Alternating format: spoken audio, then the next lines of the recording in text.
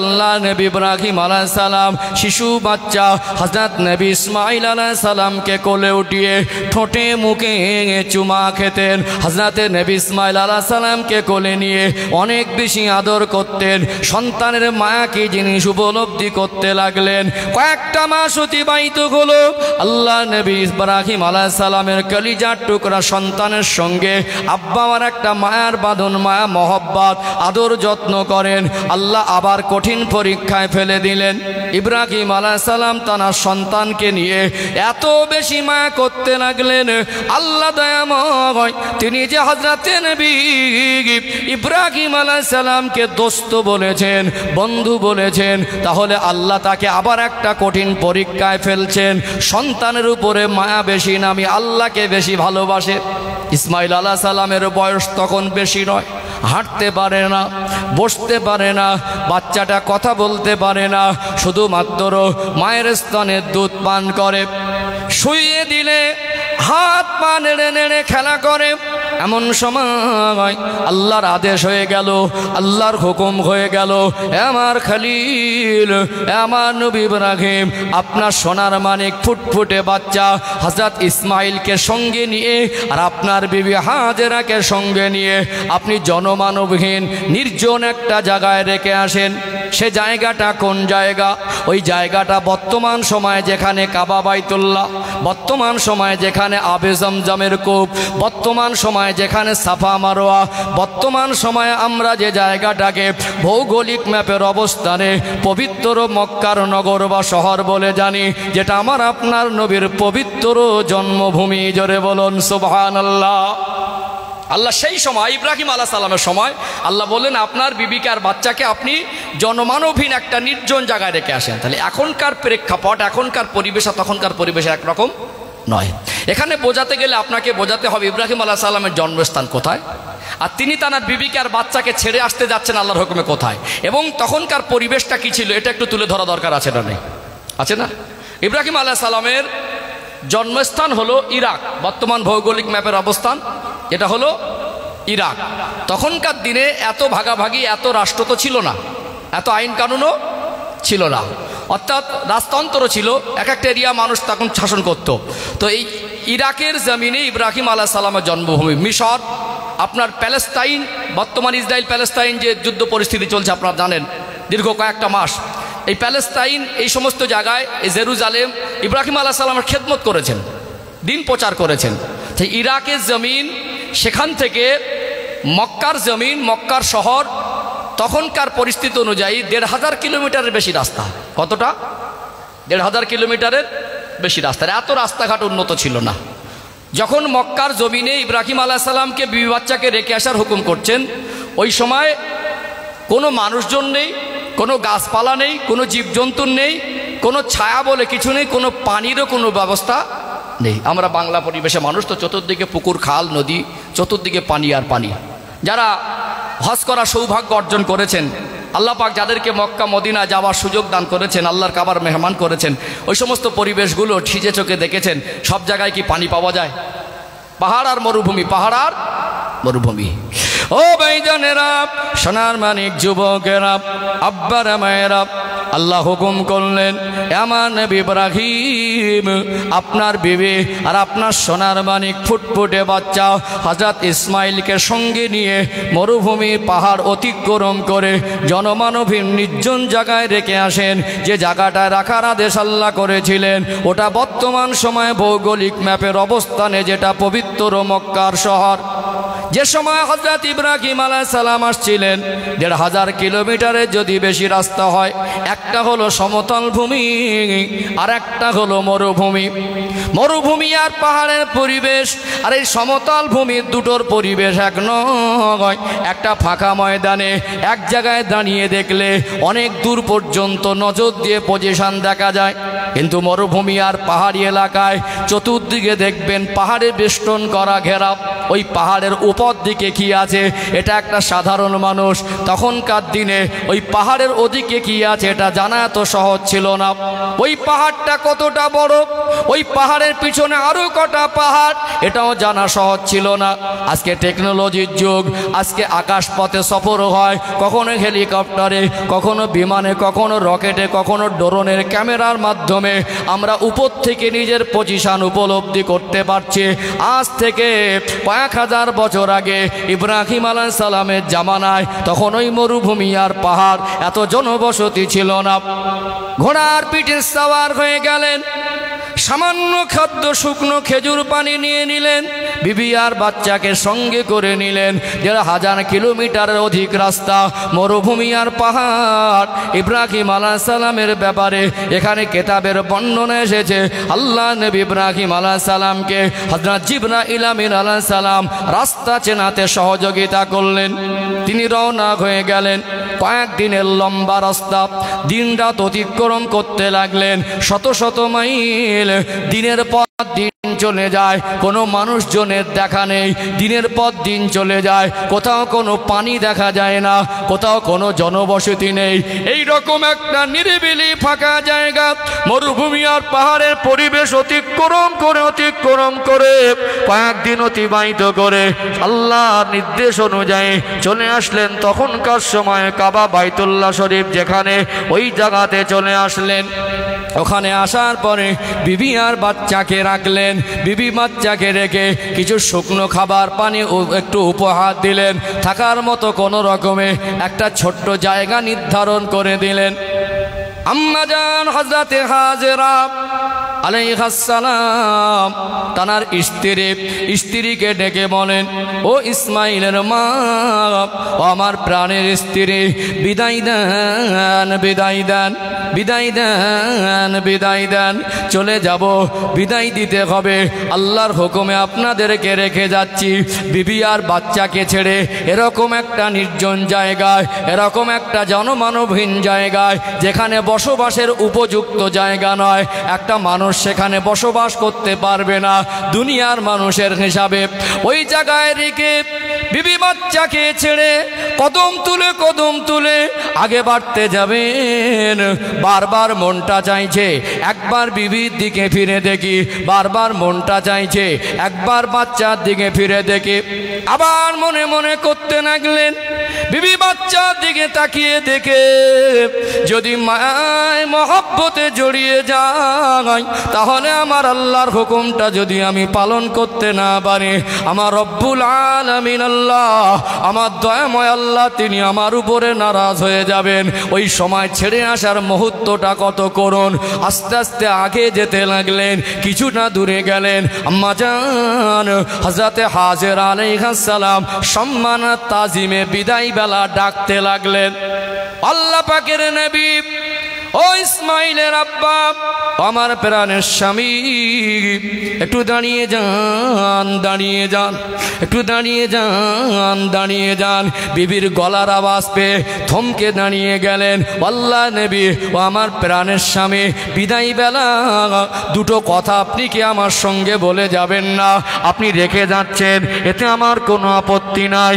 আপনি রেখে যাচ্ছেন, এতে আমার কোনো অভিযোগ নাই।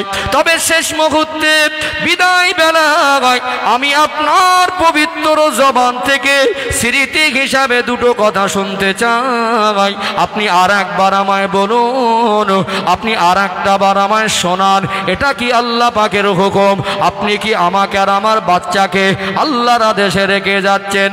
বিবির দিকে তাকিয়ে বললেন, আমার প্রাণের বিবি, ও হযরতে হাজেরা, আপনি মা, আপনার বাচ্চার উপরে আপনার যদি মায়া থাকে, আপনার যদি মহব্বত থাকে, আমি নবী ইব্রাহিম, আমি তো আমার সন্তানের আব্বা, নিশ্চয়ই আমার বাচ্চার উপরে আমারও মায়া আছে। আমি তো আপনাকে একা রেখে যাচ্ছি না, আমার বাচ্চাকেও তো আপনার কাছে রেখে যাচ্ছি। নিশ্চয়ই এটা আল্লাহ পাকের হুকুম। ঈমান কি জিনিস মা হাজেরার ইমান থেকে শিক্ষা নেন। আল্লাহ দয়াময় আম্মা জান হযরতে হাজেরা আলাইহিস সালামকে কত বড় নসিবওয়ালা মা বানিয়েছিলেন। তানার তকদির, তানার কপালটা কত বড়।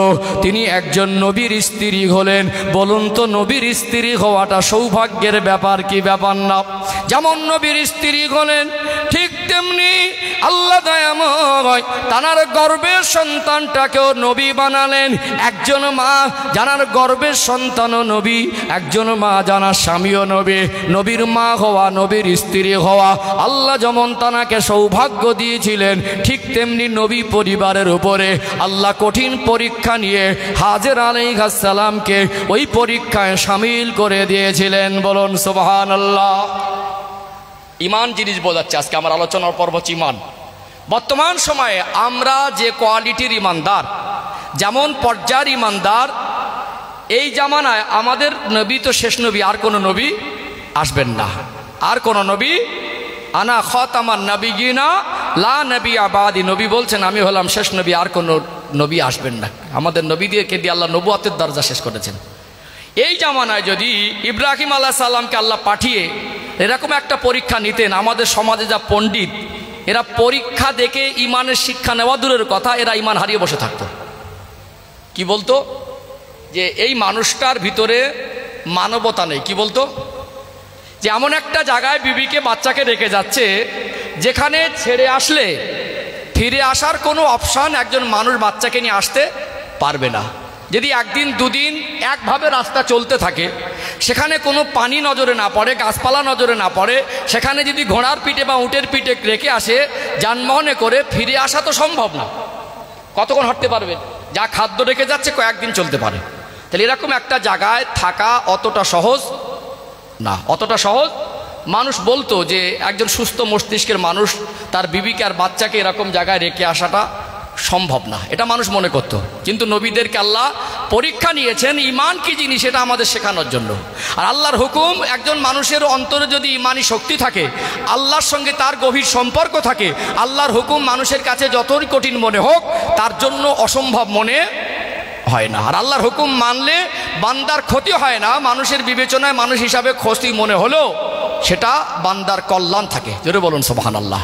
এই জন্য ইমানের শিক্ষা দেখতে পাচ্ছি। আমি ভাবছিলাম যে দুপুরের বেলা, দিনের বেলা মাহফিল, আমি কয়েক বছর আগে মনে হয় আপনাদের এই আশপাশে একটা দিনের বেলা মাহফিল করেছিলাম। ভাই যখন আমাকে দাওয়াত করছিলেন বলছিলেন, হুজুর নবী দিবসের মাসে একবার আমার আশপাশে কোথাও আপনি এসেছিলেন দিনের বেলা, আমার পরিবেশে দিনের বেলা মাহফিল হয়। ভাবছিলাম দিনের বেলা এত মানুষ লোকজন হবে কিনা, প্রচণ্ড গরম। আপনারা খুব সুন্দর পরিবেশ করেছেন, যেমন ফ্যানের ব্যবস্থা করেছেন, আর এদিক থেকে খোলা একটা উন্মুক্ত বাতাস, ফ্যান না চললেও হয়ে যাবে। তো এত অল্প সময় পুরো প্যান্ডেল এরকমভাবে ভরপুর হবে, ভাবছিলাম পাশে মনে শুনছিলাম যে লোকজন এখন আসে কিনা। তো এত অল্প টাইমে আপনারা এত মানুষ এসে যাবেন, এটা আমার পরিকল্পনার বাইরে। দেখছি পিছনের মানুষরা বসার জায়গা পাচ্ছে না, আর অটোমেটিক মানুষ আসতেই থাকছে। হ্যাঁ, একটু আপনাদের কষ্ট দেব, জেকের করতে করতে একটু আগে আসতে হবে। একটা দিন একটু কষ্ট করেন, একটু গরমের সময় তো গা ঘেঁষে ঘেঁষে একটু বসে নেন, না তো জায়গা দেওয়া যাবে না। প্যান্ডেলের যে এরিয়া, এখনও মনে অনেক সময় বাকি। আমি তো এখন 1 ঘন্টা মতো ভালো করে ওয়াজ করিনি, বুঝতে পারছেন? তাতেই যদি এখানে মানুষ ভরপুর হয়ে যায়, আগামী এখন এরপর মানুষ আর বেশি আসবে, জায়গা দেওয়া মুশকিল হয়ে যাবে। এই জন্য বারবার ওটা অজের মসজিদ একটা অজের লাইন ধরে বলে যাওয়ার মাঝে বিঘ্ন ঘটে। ফার্স্ট টাইম খুব কাছে কাছে সরে আসুন, একটু মিলে মিলে বসেন, পিছনের জায়গা কিছুটা খালি করে দেন, একটু জিকির করেন লা ইলাহা ইল্লাল্লাহ, লা ইলাহা ইল্লাল্লাহ, লা ইলাহা ইল্লাল্লাহু মুহাম্মাদুর রাসূলুল্লাহ সাল্লাল্লাহু আলাইহি ওয়াসাল্লাম। সবাই পড়েন হাসবি রব্বি জাল্লাল্লাহ। আরো মহব্বতে হাসবি রব্বি জাল্লাল্লাহ, মাফি কলবি গায়রুল্লাহ, নূর মুহাম্মদ সাল্লাল্লাহ, হক লা ইলাহা ইল্লাল্লাহ, লা ইলাহা ইল্লাল্লাহ, লা ইলাহা ইল্লাল্লাহ মুহাম্মাদুর রাসূলুল্লাহ। আল্লাহুম্মা সাল্লি আলা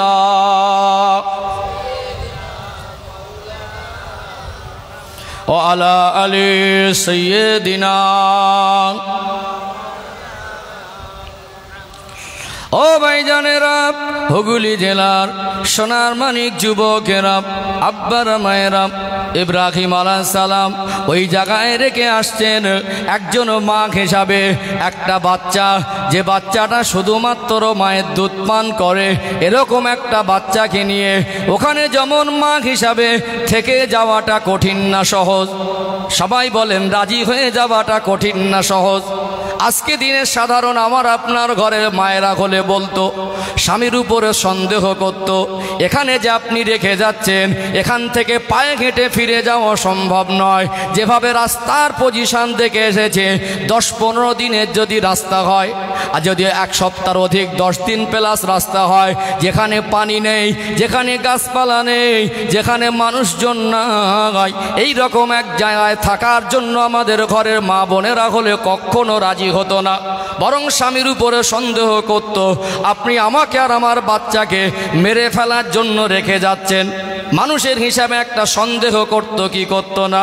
কিন্তু আল্লাহর নবীর বিবি হযরতে ইব্রাহিম আলাইহিস সালামের স্ত্রী আম্মা জান হযরতে হাজেরা আলাইহিস সালাম ওই সময় বলতে লাগলেন, আল্লাহর নবী আপনি চলে যান, আপনি চলে যান, আমার কোনো দাবি নাই, আমার কোনো আপত্তি নাই, আমি হাজেরার ঈমান হলো আল্লাহর উপরে।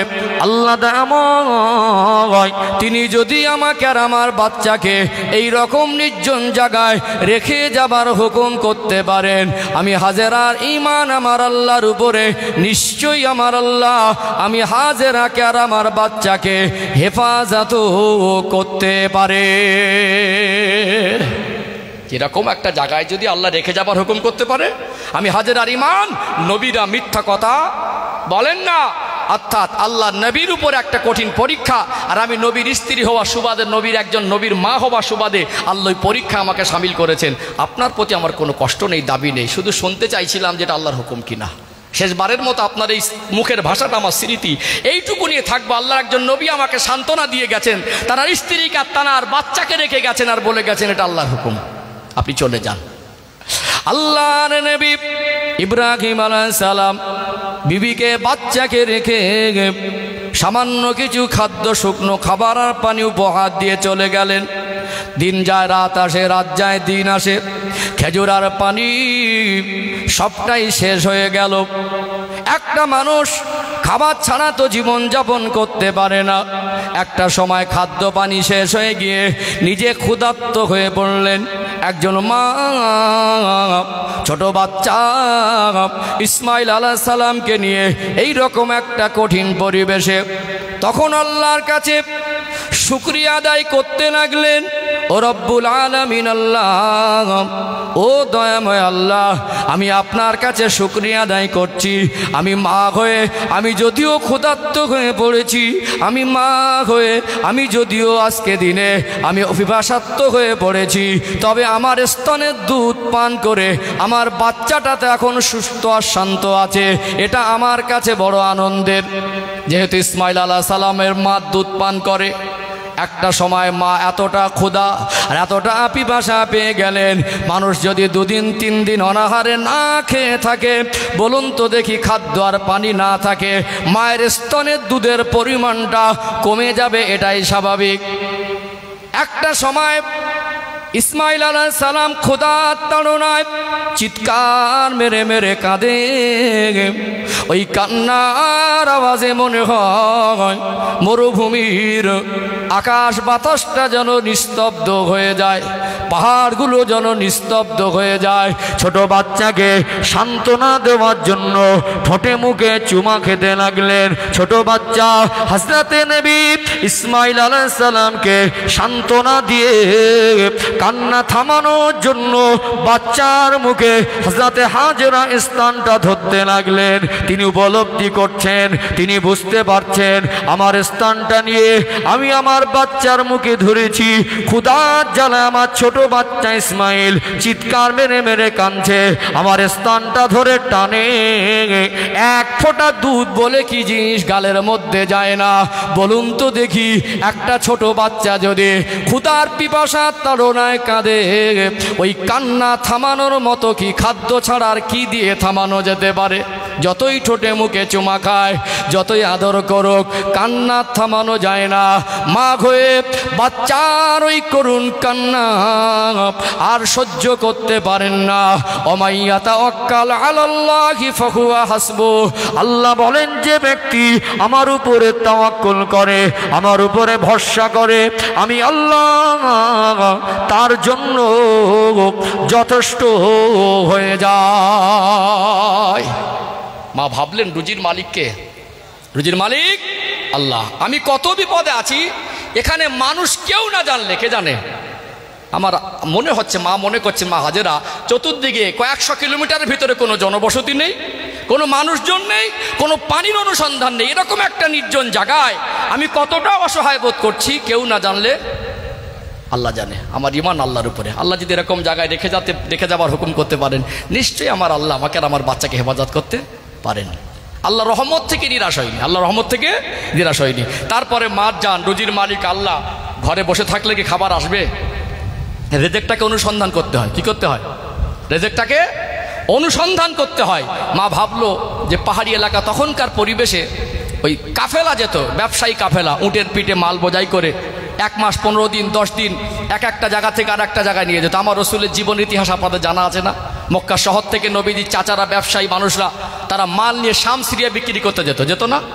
শাম সিরিয়ায় তো এই ব্যবসায়ী কাফেলা যেত। মার মনে হলো, মা হাজেরা মনে মনে করতে লাগলেন, আমি যদি বাচ্চাকে নিয়ে এইভাবে বসেই থাকি, যদি খাদ্যের পানির অনুসন্ধান না করি, তাহলে একটা সময় আমার বাচ্চাটা আমার কোলে মারা যাবে না? আর আমারও প্রাণ চলে যাওয়ার আশঙ্কা আছে। আল্লাহ যতক্ষণ হায়াতে রেখেছেন আমাকে হালাল পন্থায় হালাল রুজির অনুসন্ধানটা করতে হবে। তাহলে একটা বাচ্চাকে মা কোল থেকে নামালেন, কোনো রকম সান্ত্বনা দেওয়ার মতো আর কিছু নেই। স্তনটা মুখে ধরে, মা বুঝতে পারছেন পানি ছাড়া বাচ্চার যে মানুষের জীবন বাঁচে না, সেই পানি হিসাবে দুধ এমন একটা নিয়ামত, পানির প্রয়োজন মেটে এবং ক্ষুধার জ্বালাও মেটে। কিন্তু বাচ্চার মুখে যখন স্তনটা দিচ্ছি 1 ফোঁটা দুধ যায় না, এটা মা বুঝতে পারছে। তাহলে অনুসন্ধান করতে হবে কোথায় পানি পাওয়া যায়। মা মনে করলো বাচ্চাকে শুয়ে রেখে একদিকে সাপা পাহাড় আর একদিকে মারোয়া পাহাড়, তাহলে পাহাড়ে বেষ্টন করা জায়গা, একটু উঁচু জায়গায় যদি কষ্ট করে ওঠা যায়, তাহলে কিছুটা দূরে নজর যাবে। তাহলে কিছুটা দূরে নজর গেলে হয়তো বা অনেক দূর থেকে দেখলাম কোনো ব্যবসায়ী কাফেলা যাচ্ছে, আল্লাহ কোনো না কোনো ওসিলা করে দেবেন। তাহলে আমি চিৎকার মেরে ইশারা করে ডাকবো, তারা যদি আমাকে দেখতে পায় যে মানুষ আছে, তাহলে আমার বিপদে তারা পাশে আসবে, তাদের কাছে নিশ্চয়ই কোনো পানি পাওয়া যাবে বা খাদ্য পাওয়া যাবে। অন্তত তাদের থেকে নিয়ে আমি আমার বাচ্চা এবং আমার ক্ষুধার জ্বালাটা আমি কিছুটা নিবারণ করবো। তাহলে একটা আশা, এটা কি একটা আশা। যদি কারোর দেখা পাই, যদি কোনো ব্যবসায়ী কাফেলা নজরে পড়ে, কেন জনবসতি তো নেই, তাহলে ব্যবসায়ী কাফেলা যদি নজরে পড়ে, তাদের থেকে একটু চিৎকার মেরে ডেকে একটু খাবার নিয়ে আমি এবং আমার বাচ্চার ক্ষুধার জ্বালাটা নিবারণ করব। আল্লাহর নবী হযরত ইব্রাহিম আলাইহিস সালামের স্ত্রী আম্মা জান হযরত হাজেরা আলাইহিস সালাম বাচ্চাটাকে জমিনে শুইয়ে দিলেন। ক্ষুধার্ত আর পিপাসার্ত অবস্থায় উঁচু জায়গায় পাহাড়ে ওঠা কঠিন না সহজ? সবাই বলেন কঠিন না সহজ? যারা কোনো টুরিস্ট স্পটে ঘুরতে গিয়ে পাহাড়ে উঠেছেন, নেমেছেন, অভিজ্ঞতাটা আপনাদের আছে। যতই বড় আপনি শক্তিশালী মানুষ হন, পাহাড়ে ওঠা নামাটা সহজ না কঠিন? শুধুমাত্র 2 তলা 3 তলা ফ্লোর থেকে উঁচু নিচে সিঁড়িতে নামলে তাই মনে হয় হাঁপিয়ে যায়। আম্মা জান হযরতে হাজেরা আলাইহিস সালাম তিনি নিজে ক্ষুধার্ত আর পিপাসার্ত, ওই ক্ষুধার পিপাসা নিয়ে সাফা পাহাড়ে উঠতে লাগলেন। উঁচুতে উঠে চতুর্দিকে তাকিয়ে তাকিয়ে দেখতে লাগলেন, কোনো মানুষজনকে পেলেন না।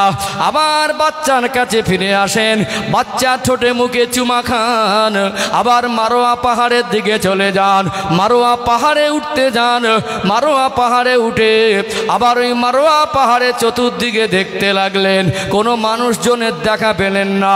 আবার ছুটে এসে সাফা, আবার মারোয়া, আবার সাফা, আবার মারোয়া, ওই জায়গায় ছুটোছুটি করতে লাগলেন। 6 বার সাফা মারোয়া ছুটোছুটি হয়ে গেল। পাহাড়ে উঠলেন নামলেন, পাহাড়ে উঠলেন নামলেন। এই ক্ষুধার্ত আর পিপাসার্ত অবস্থায় এই 6 বার সাফা মারোয়া পাহাড় ওঠা নামা করার কারণে ক্ষুধার পিপাসা বেশি পাবে কি পাবে না? এত বেশি পিপাসা পেয়ে গেল, এত বেশি ক্ষুধা পেয়ে গেল। আম্মা জান হযরতে হাজেরা ভাবতে লাগলেন, আমার মতো ক্ষুধা আর আমার মতো পিপাসার কষ্ট মনে হয় আমার আল্লাহ পৃথিবীর কাউকে দেয় নাই।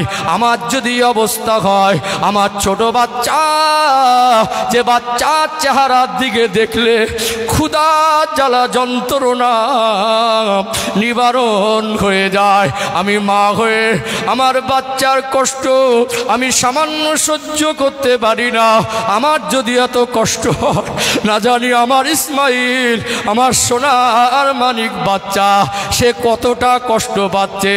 মা মনে মনে করছেন, আমার মতো পিপাসার কষ্ট আর আমার বাচ্চার মতো পিপাসার কষ্ট আমার আল্লাহ মনে হয় পৃথিবীর কোনো মানুষকে দেয় নাই। 6 বার দৌড়াদৌড়ি হয়ে গেল, 7 বারের মাথায় কষ্ট করে উঠে এবারে নেমে আসছেন আর ভাবছেন, আর দাঁড়াবার মতো ক্ষমতা নাই, বসবার মতো ক্ষমতা নাই, আমার শরীরের যে অবস্থা, আমার ক্ষুধার পিপাসার মাত্রা এমন বেশি, মনে হবে পড়ে গেলে মারা যাব। তাহলে আমার যদি অবস্থা হয়, আমার বাচ্চাটা এতক্ষণে বেঁচে আছে না মারা গেছে? মা সাহস নিয়ে এবারে পিপাসা নিয়ে মনে মনে করছেন, আর কয়েকটা মিনিট পরে হয়তো জানটা শরীর থেকে বেরিয়ে যেতে পারে, ইন্তেকাল হয়ে যেতে পারি, অন্তত আমার বাচ্চার কাছে কষ্ট করে যায়। বাচ্চার কাছে আসছেন, আল্লাহর দয়া, আল্লাহর করুণা হয়ে গেল, আল্লাহ রহমতের দরিয়ায় জোশ মেরে দিলেন।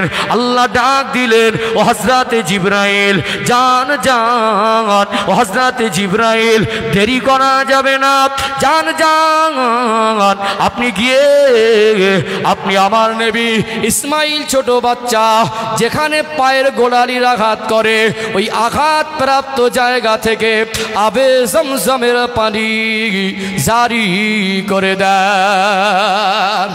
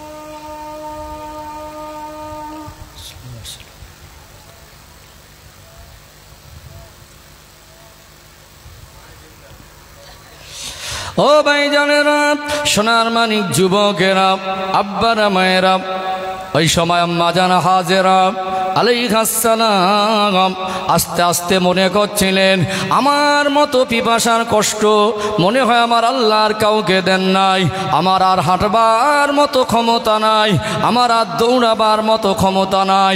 এমন সময় আল্লাহ বলেছিলেন, ও হযরতে জিবরাইল, যান যান, দেরি করা যাবে না, আপনি আমার নবী ইসমাইলের পায়ের আঘাত যেখানে লাগে ওখানে আপনার নূরের ডানা দিয়ে আপনি আঘাত করবেন, আর আমি আল্লাহ আবে জমজমের পানি জারি করে দেব।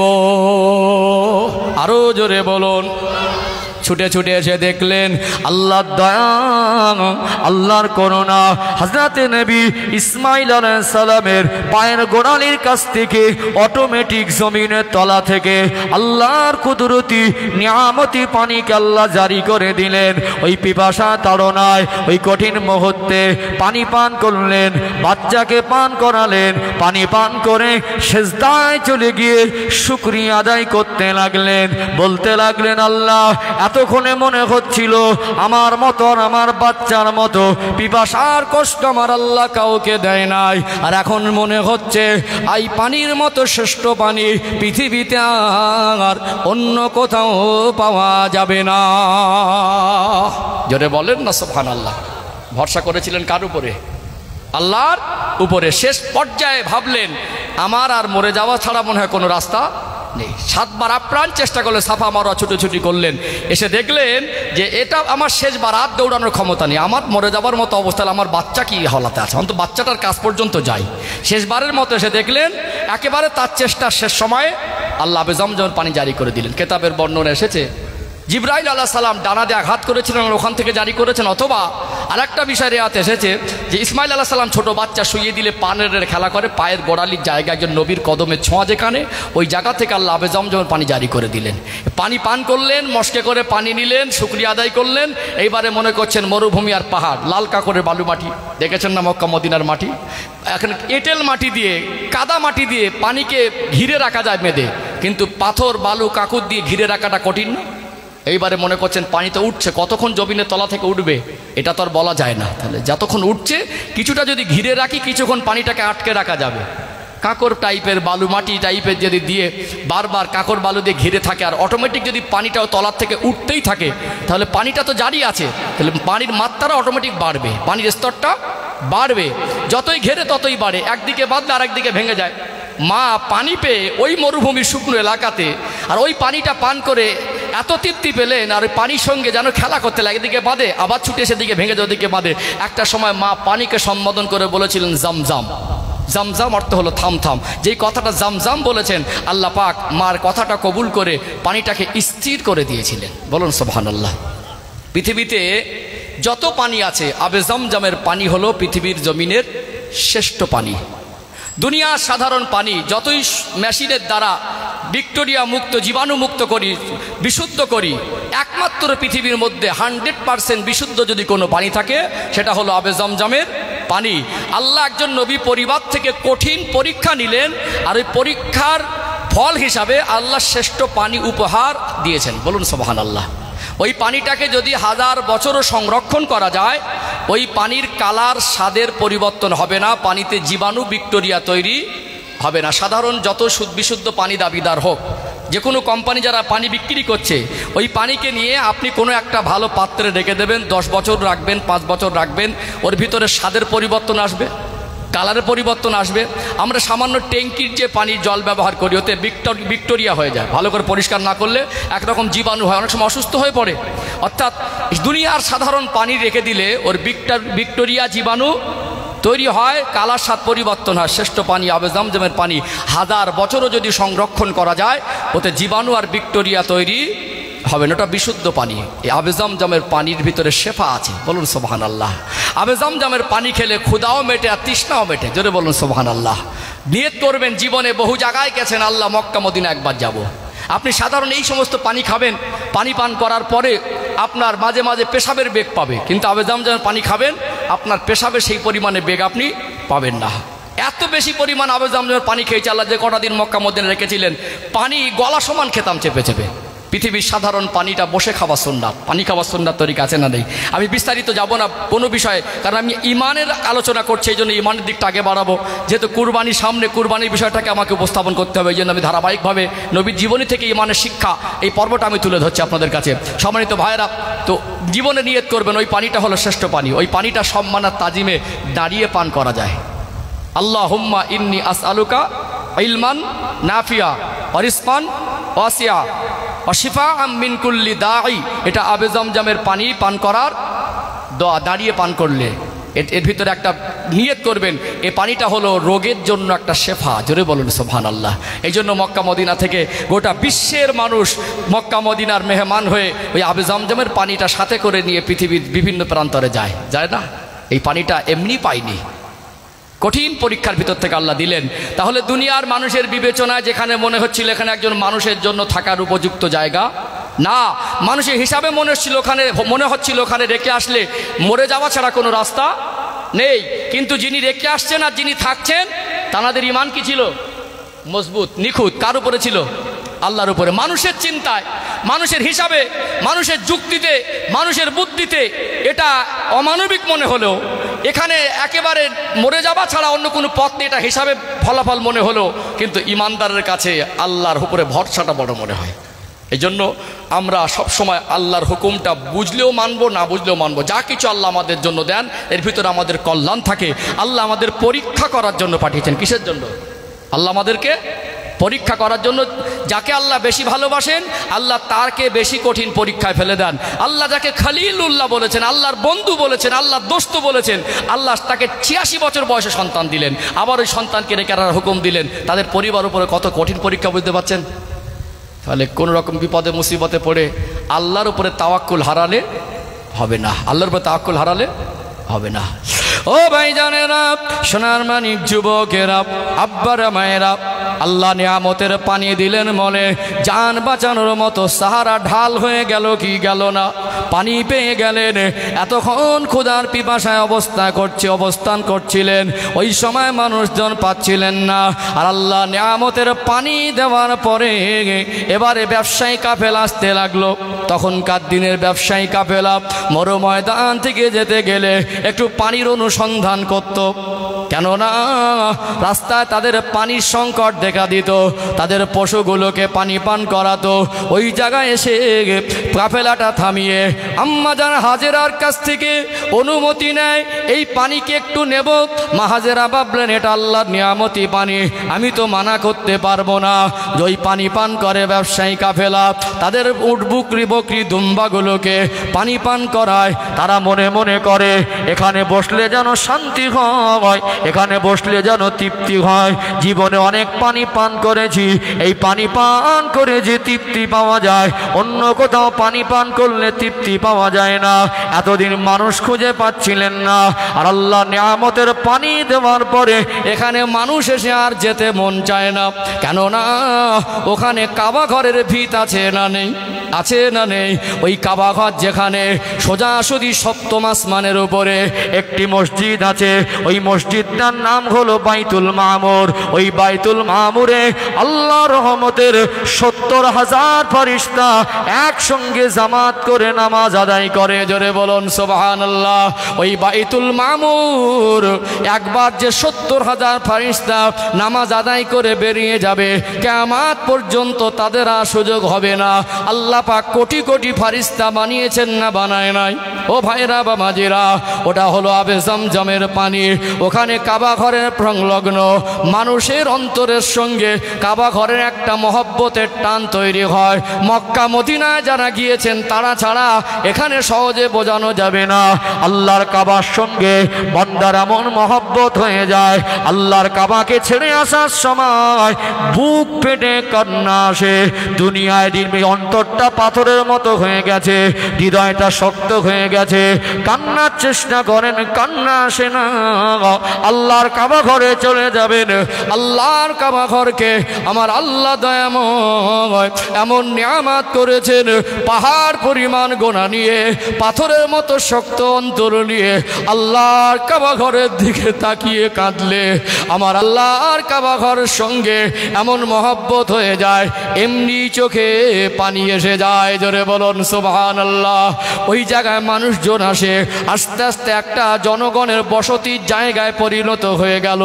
কয়েকটা বছর পার হয়ে গেল, আল্লাহ আবার পুনরায় হুকুম করলেন, এ আমার নবী ইব্রাহিম, আপনার বিবিকে বাচ্চাকে রেখে এসেছিলেন, কয়েক বছর হয়ে গেল, আপনার কি মনে পড়ে না?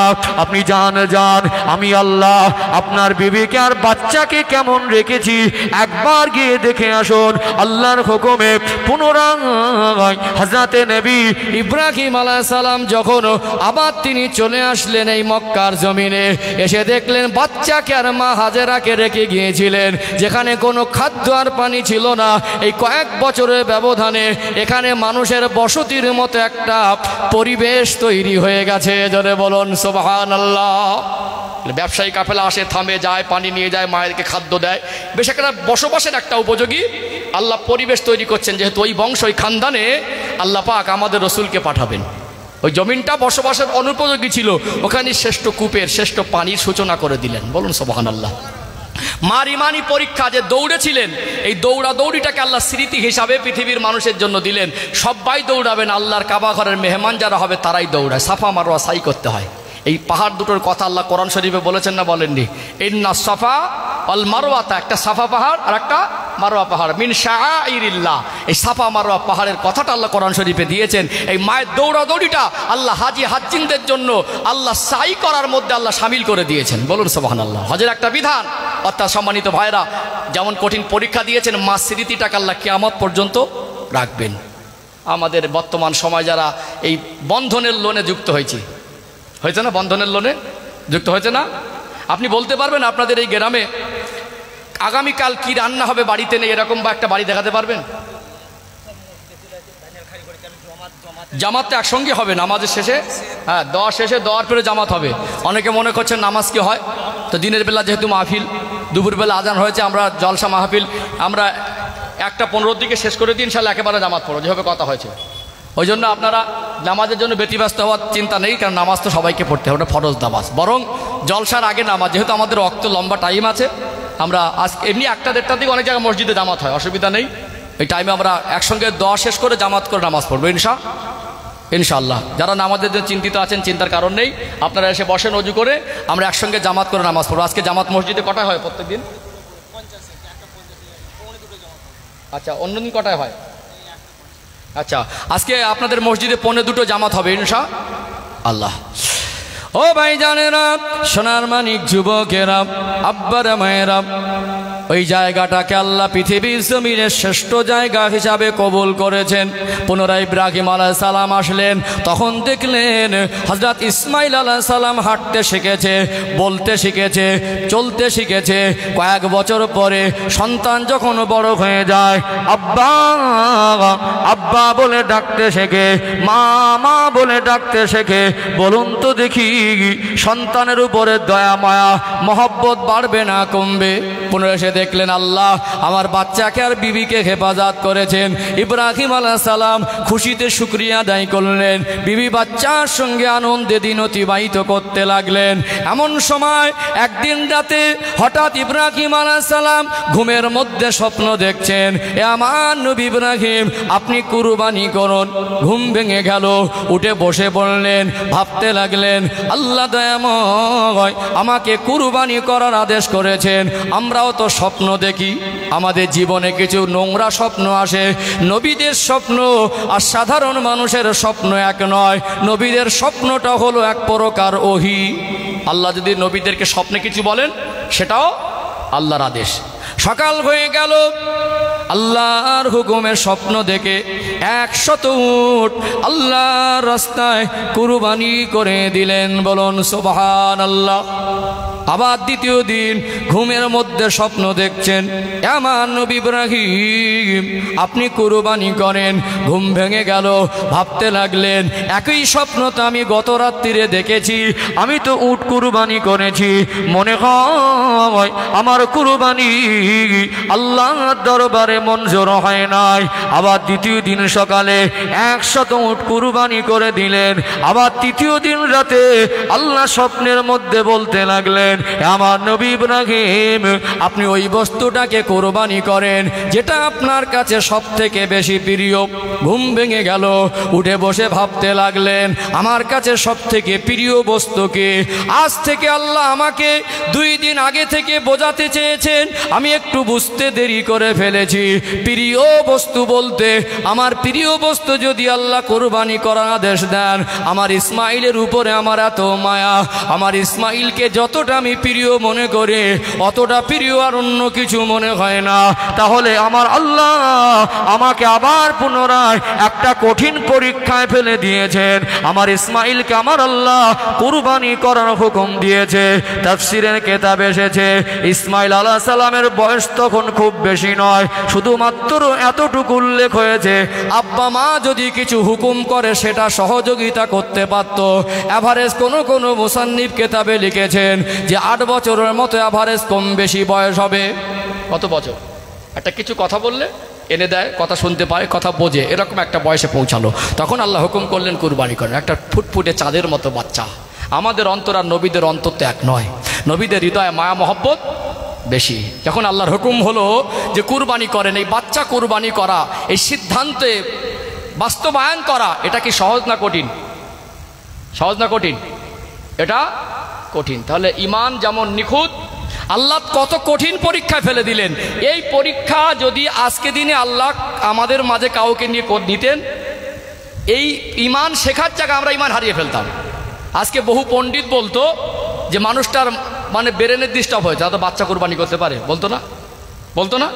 কেউ বলতো লোকটার মেন্টালিটি সমস্যা আছে অথবা মানসিক ভারসাম্যহীন পাগলা মানুষের মতো হয়ে গেছে, বলতো কি বলতো না? তাহলে নবীর উপরে আল্লাহর হুকুম হলো যে বাচ্চা কুরবানি করা। এটা সাধারণ মানুষ আজকে দিনে যদি আমাদের সামনে ঘটতো, অনেক মানুষ ঈমান হারিয়ে ফেলতো না, বাজে মন্তব্য করতো না?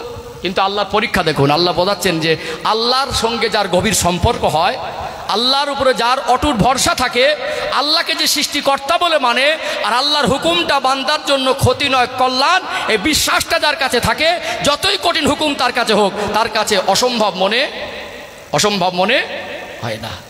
আল্লাহর নবী ইব্রাহিম আলাইহিস সালাম ভাবতে লাগলেন, আমি আমার বাচ্চাকে ছোট অবস্থায় রেখে গিয়েছিলাম আমার বিবি এই নির্জন জায়গায়, তাকে নিয়ে কঠিন পরীক্ষার সম্মুখীন হয়েছে, তাকে অনেক কষ্ট করে লালন পালন করেছে। এই বাচ্চার উপরে আমার শুধু মায়া নয়, এই বাচ্চার উপরে আমার বিবিরও অনেক মায়া।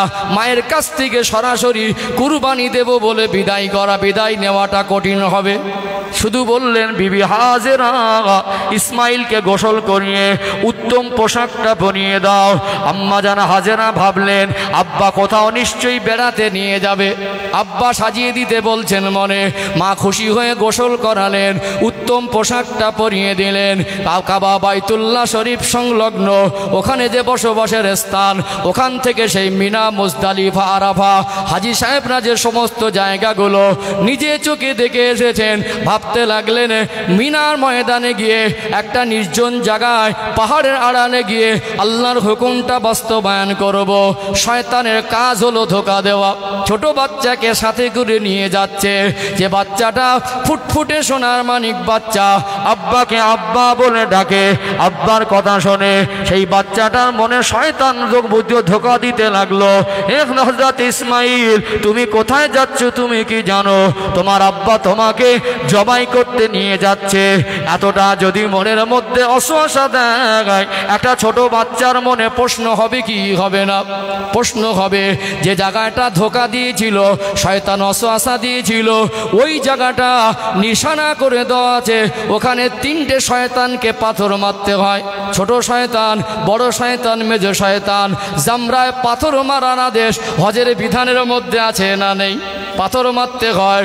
ও ভাইয়েরা, বাবাজিরা, ওই ছোট বাচ্চা হযরত নবী ইসমাইল আলাইহিস সালামের শয়তান যখন ওয়াসওয়াসা দিতে লাগলো, তখন আব্বার কাছে বলতে লাগলেন, ও আব্বাজান, আপনি আমাকে কোথায় নিয়ে যাচ্ছেন?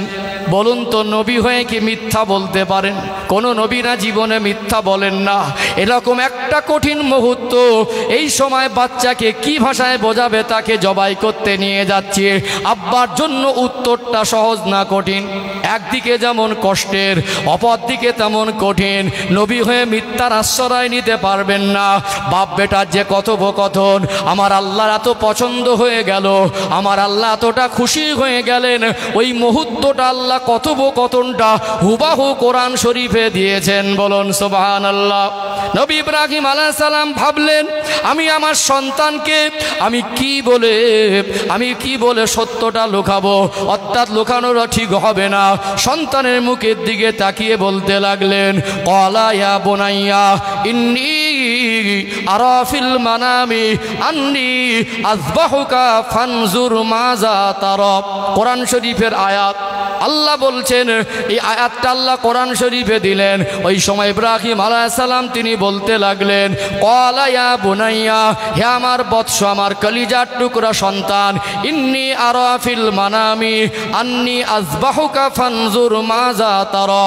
আমি স্বপ্নের মধ্যে দেখছি আল্লাহর আদেশ হয়েছে আমি তোমাকে কুরবানি করার সিদ্ধান্ত নিয়েছি, অর্থাৎ আল্লাহ আমাকে তোমাকে কুরবানি করার আদেশ দিয়েছে। বলো বলো, এই আদেশটাকে আমি বাস্তবায়ন করার সিদ্ধান্ত নিয়েছি, এই বিষয়ে তোমার কি মতামত? ছোট বাচ্চা হযরত নবী ইসমাঈল আলাইহিস সালাম এত চমৎকার জবাব দিয়েছিলেন। ইসমাঈল আলাইহিস সালামের জবাবটাও আল্লাহ কোরআন শরীফে তুলে দিলেন। সোনার মানিক ফুটফুটে বাচ্চা হযরত নবী ইসমাঈল আলাইহিস সালাম তার কলিজার টুকরা আব্বা, তার সম্মানিত পিতার চেহারা মোবারকের দিকে তাকিয়ে বলতে লাগলেন, ক্বালা ইয়া আবা তিফআল মা তুমার, হে আমার সম্মানিত পিতা, আল্লাহ আপনাকে যেমন আদেশ করেছেন আপনি সেটাই বাস্তবায়ন করুন। সাতাজিদুনি ইনশাআল্লাহু মিনাস সাবিরিন, আর নিশ্চয়ই আপনি আমাকে সবরকারীদের অন্তর্ভুক্ত পাবেন, এতে আমার কোনো আপত্তি নাই। অর্থাৎ আল্লাহ যদি আমাকে কুরবানির আদেশ দেন এটা আমার কাছে আনন্দের, আমি কোনো আপত্তি করব না, নিশ্চয় আমি সবর করে নেব। ছোট বাচ্চাকে হাত ধরে মিনা ময়দানে নিয়ে যাচ্ছেন। ওই জায়গায় নিয়ে যাওয়ার পরে ছোট বাচ্চাটা মিঠি মিঠি মুখে ইসমাঈল আলাইহিস সালাম কয়েকটা কথা বলেছিলেন যেগুলো গায়ের লোম খারাপ হয়ে যাবার মতো। আব্বাকে বলতে লাগলেন, ও আমার সম্মানিত আব্বা জান, আপনি যে আমার গলায় ছুরি চালাবেন আপনার কি কষ্ট হবে না? আপনার কি মায়া লাগবে না?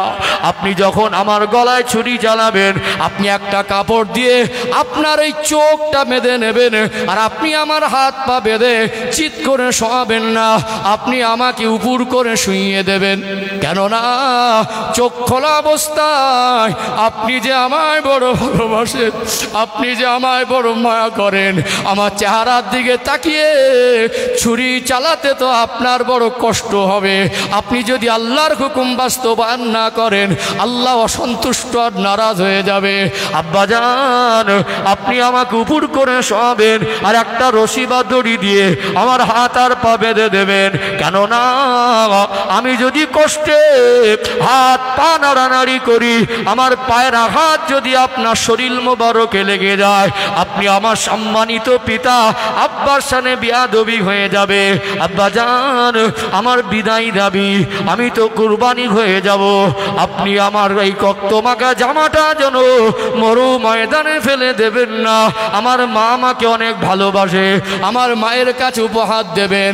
আমার মা যখন আমাকে আর দেখতে পাবে না, আমার কথা যখন মনে করবে, আমার জামাটা রক্তমাখা পোশাকটা দেখে মনকে সান্ত্বনা দেবে আর বলবে এটাই তো আমার ইসমাইলের জামা।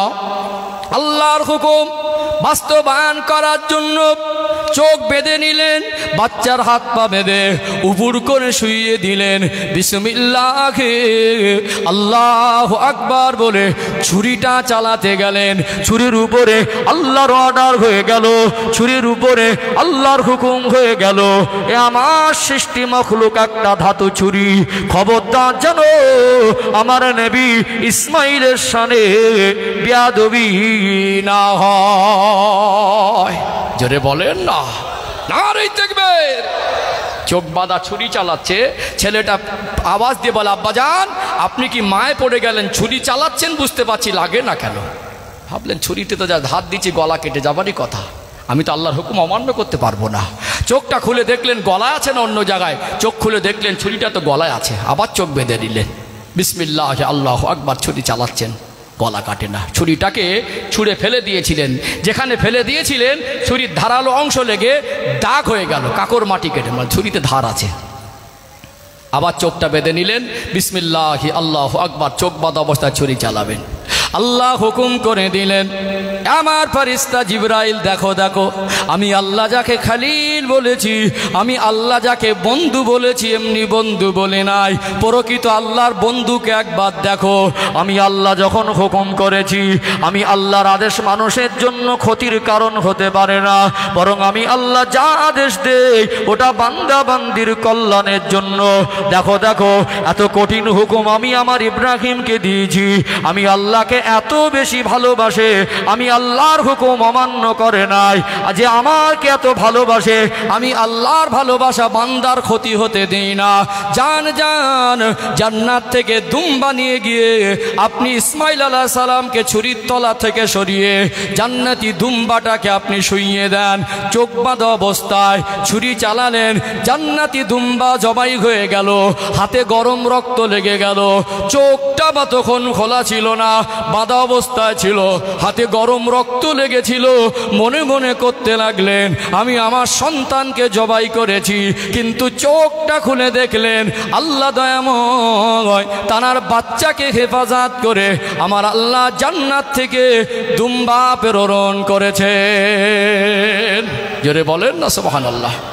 তাহলে দুনিয়ার মানুষের বিবেচনায়, চিন্তায়, হিসাবে মনে হচ্ছিল অমানবিক, মনে হচ্ছিল বাচ্চা জবাই হয়ে যাবে। এর থেকে আমাদের ইমানি শিক্ষা, আল্লাহ এত কঠিন হুকুম আমাদেরকে দেয় নাই। আল্লাহ যা কিছু দিয়েছেন, আল্লাহ কোরআনুল কারিমে সূরাতুল বাকারা 286 নম্বর আয়াত অর্থাৎ শেষ আয়াতে বলছেন, লা ইউকাল্লিফুল্লাহু নাফসান ইল্লা উসআহা।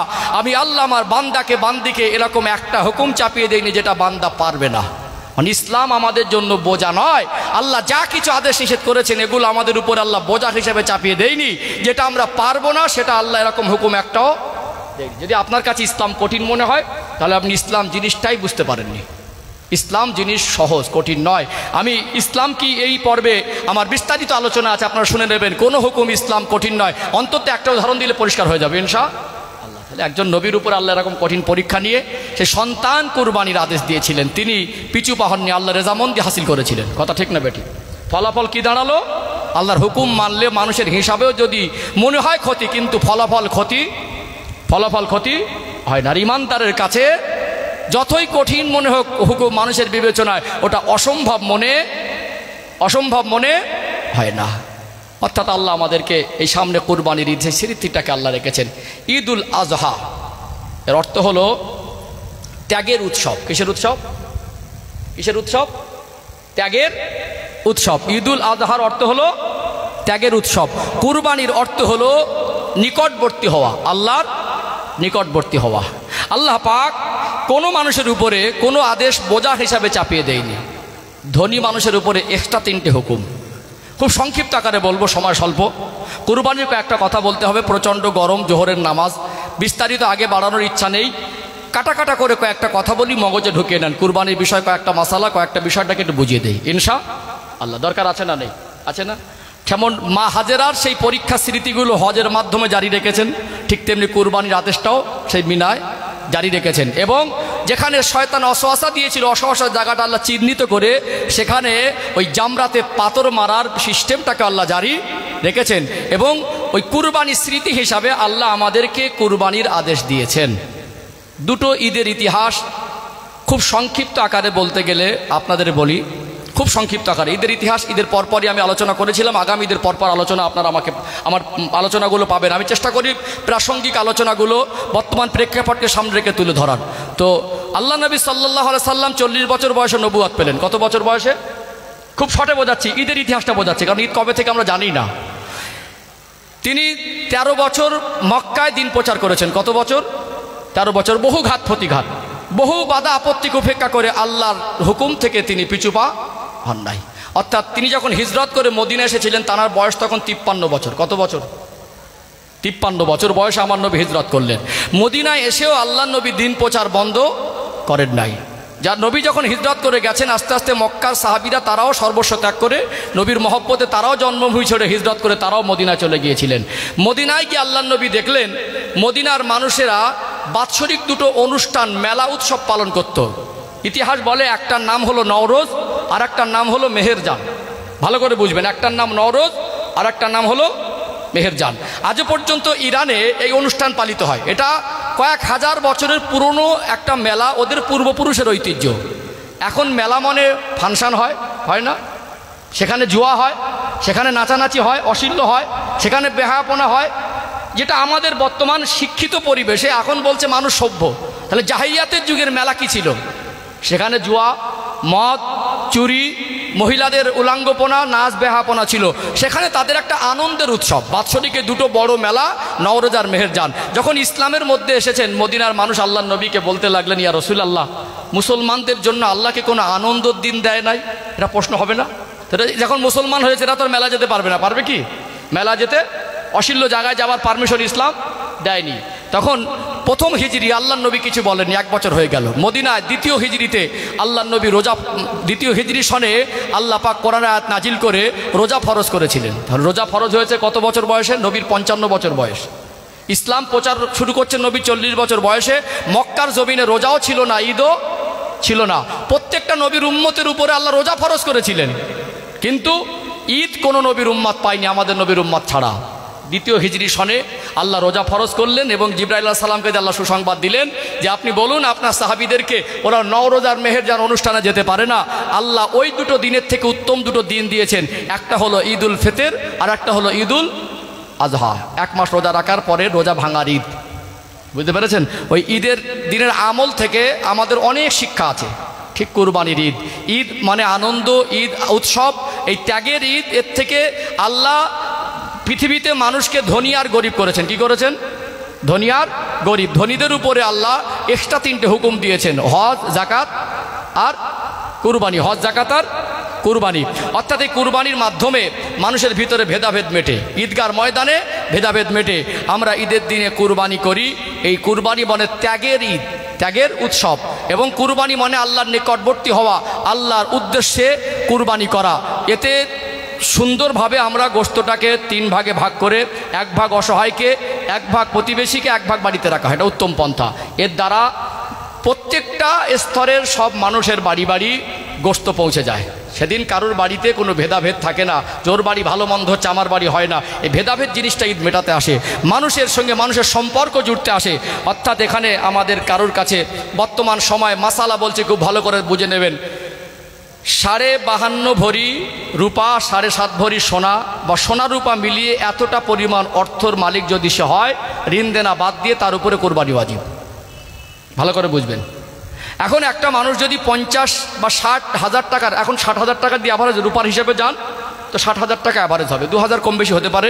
নির্দিষ্ট একটা হিসাব মুফতিদের থেকে জেনে নেবেন, বা আমাকে কল করলে আমি নির্দিষ্ট একটা হিসাব বলে দিতে পারবো। আনুমানিক আপনাদের ধারণা দিচ্ছি, এখনকার বর্তমান সময় দিন দেনা বাদ দিয়ে যদি আপনার কাছে 60 হাজার টাকা থাকে, তাহলে আপনাকে কুরবানি দিতে হবে। ক হাজার? এটা 60 হাজার টাকা প্রায় মানুষের কাছে আছে। এখন আপনার কাছে মনে হবে যে একটা মানুষ 60 কোটি টাকার মালিক হলে তার উপরে কুরবানির হুকুম, আর একজন 60 হাজার টাকার মালিক হলে তার উপরেও কোরবানির হুকুম।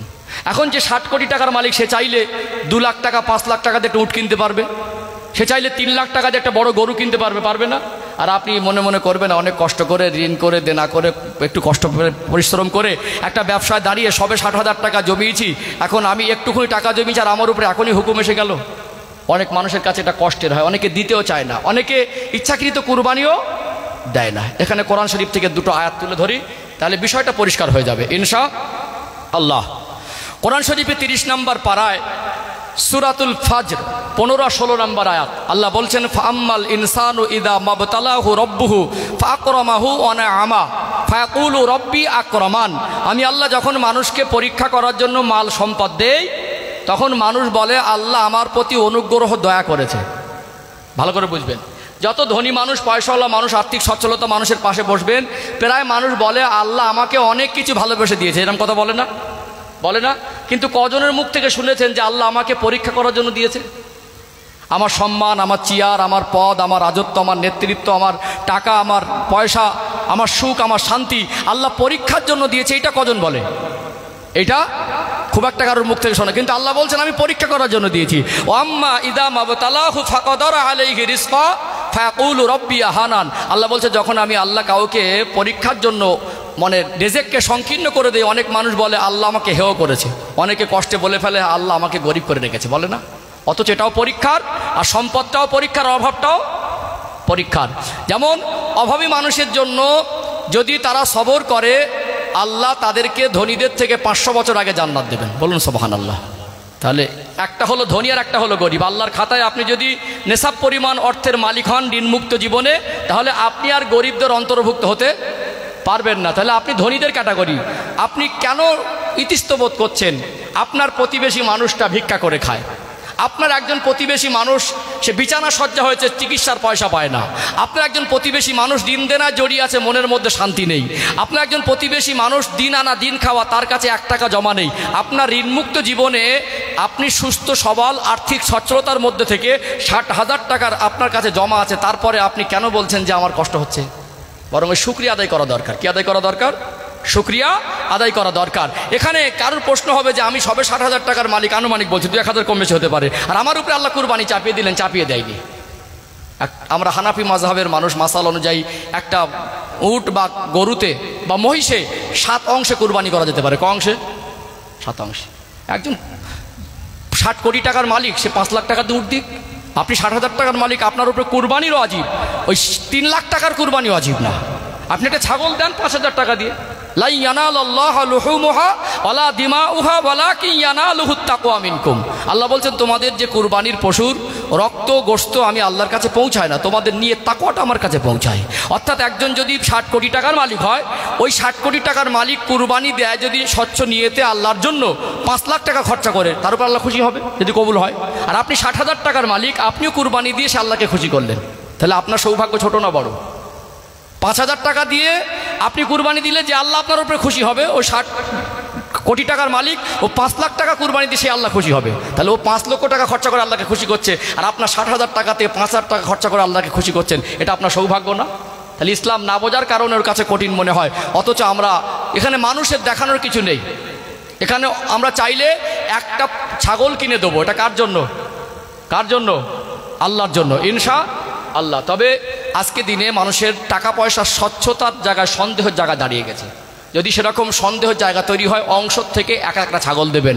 আর যদি মনে হয় যে না আর্থিক ব্যবসায়ী মানুষ, আর্থিক সচ্ছলতা আছে, এরকম একজন ভালো মানুষের সঙ্গে যদি অংশে দিতে চান দিতে পারেন, কোনো অসুবিধা নেই।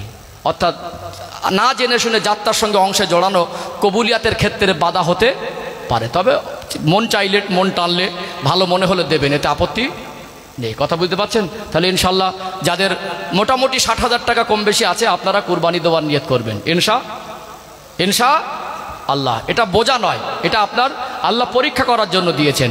আল্লাহ যতদিন না পর্যাপ্ত পরিমাণ অর্থ দেন, হজ করার সামর্থ্য দেন, ততদিন না হজ ফরজ করেন না।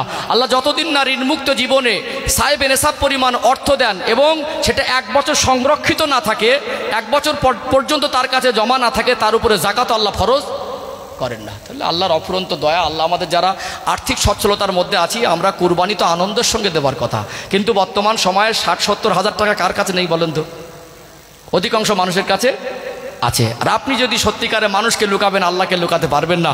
আপনি যদি 70,000 টাকা, 65,000 টাকা, 60,000 টাকার মালিক হয়ে আপনার উপরে কুরবানির আদেশ এসে যায়, আপনি কিভাবে কুরবানি না দিয়ে অন্যের কুরবানির গোশত দিয়ে খাবেন?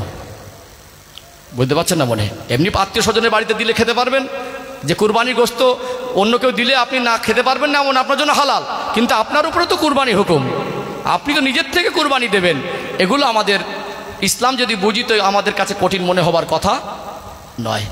গরিবদের জন্য নসিহাত। অভাবী জীবন আল্লাহর নবী নিজে পছন্দ করেছেন। বলুন সুবহানাল্লাহ। এই অভাবী জীবনে পড়ে আমরা যেন সুদ ঘুষের দ্বারস্থ না হই। মা হাজেরার ওই ইমানের শিক্ষা মনে আছে, একটা পয়েন্ট ছেড়ে গিয়েছিলাম যে বর্তমান সময়ে মা হাজেরা যখন ছিল, পানি আর খাদ্য ছিল না, ভরসা ছিল কার উপরে? আল্লাহর উপরে। কিন্তু আমরা আজকে এই গ্রামে একটা বাড়ি দেখাতে পারবেন না যে কাল কি রান্না হবে, বাড়িতে নেই, অথচ বহু মানুষ ওই সুদের ব্যবসা জড়িয়ে গেছে না? তাহলে এটা আমাদের ইমানি দুর্বলতা। আবার যারা গরিব আছে দেখবেন অভাবে পড়ে সুদের রাস্তা বেছে নিয়েছে, সেই অভাব নেই তারপরে বেছে নিয়েছে। আবার কিছু মানুষ আছে দেখবেন আমাদের ছেলেরা ওই 30 টাকায় কোটিপতি হওয়ার স্বপ্ন দেখে। কিসের স্বপ্ন দেখে? 30 টাকায় লটারি। আল্লাহ তাকে গরিব করে রেখেছেন পরীক্ষা করার জন্য। কার কথা? আল্লাহর কথা। হালাল পন্থায় চেষ্টা করেন, ব্যবসা করেন, কোটিপতি হন, আপত্তি নেই। আপনি চাইলে হন, চেষ্টা করুন, আল্লাহ দেবে, আল্লাহর কাছে চান। কিন্তু আপনি হারাম পন্থায় কোটিপতি হওয়ার স্বপ্ন দেখবেন, এটা ইমানদারের কাজ হতে পারে না।